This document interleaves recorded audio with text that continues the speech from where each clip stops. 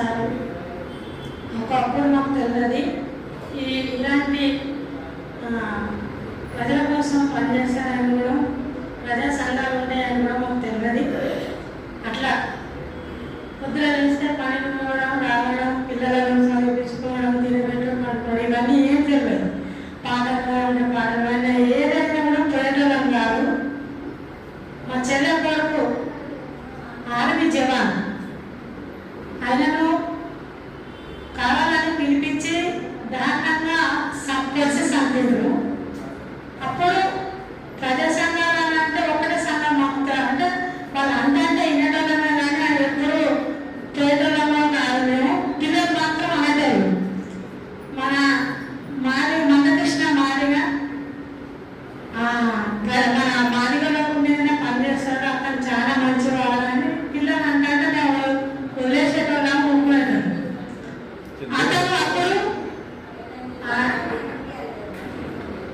ఆయన చనిపోయిన తర్వాత మేము వీళ్ళు రాష్ట్ర అధ్యక్షులు మన మందకృష్ణ మాదిగ పనిచేసే వ్యక్తులు వీళ్ళు మీకు న్యాయం చేస్తారు వీళ్ళు అంటే దాదాపు ఒక 4 నెలలు పిచ్చిలో తిరిగిన ఎక్కడికంటే అక్కడికి ఎవరి దగ్గరికి అంటే వాళ్ళ దగ్గర పంపిస్తా అంటే పిచ్చిలో పోయినట్టు పోయేటోళ్ళం, వచ్చి ఇంటి దగ్గర వేసేటోళ్ళం.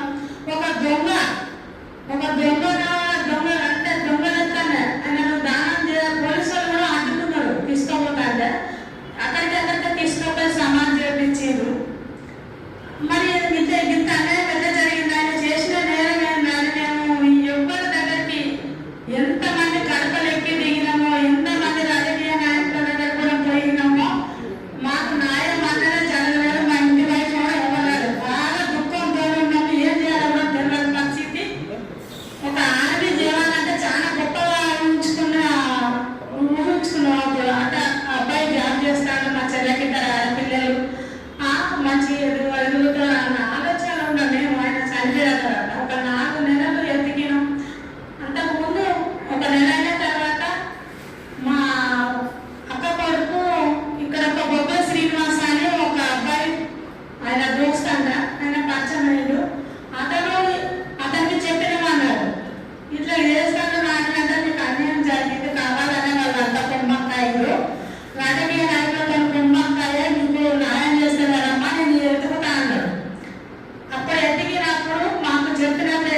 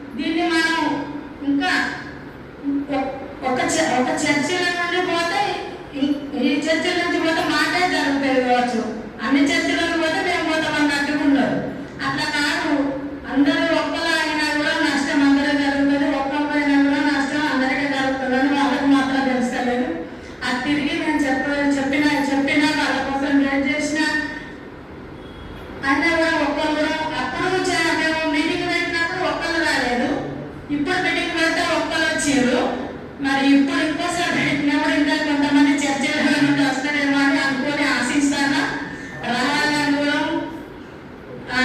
కోరుకుంటాను. ఎందుకంటే నష్టం వాళ్ళకే జరుగుతుంది, ఇలాంటి నష్టాలు జరగదు. ఎందుకంటే వాళ్ళకు పోత మాకు ఏమైనా జరుగుతుందా అని ఆగుతారో ఏమో, దాన్ని మీరు ఆగినా జరుగుతున్న నష్టం, మీరు ఆడకున్నా జరుగుతున్న నష్టం.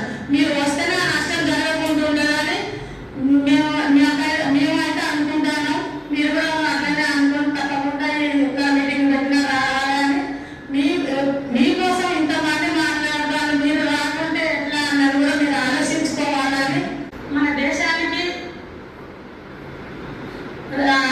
ఇద్దరు వెన్నెముక్కలు అంటారు. ఎవరు రైతులైనా కూడా, మన పిల్లలు స్టూడెంట్స్ అయినా కూడా. ఇప్పుడు ఆ పిల్లల మీద దాడులు జరుగుతూనే ఉన్నాయి. ఇప్పుడు మన రైతుల మీద కూడా దాడులు జరిగినాయి. అది ఎన్ని జరిగిందంటే చిత్తనూరు కంపెనీ అని ఉన్నది. అక్కడ చాలా మంది రైతులు అందులో కొంతమంది అంటే ఇద్దరు టీచర్లు, గవర్నమెంట్ టీచర్లు, వాళ్ళు కూడా వాళ్ళ కోసం పోరాటం చేసి వాళ్ళు కూడా ఒక 2 సంవత్సరాలుగా పోరాటం జరిగింది. ఆ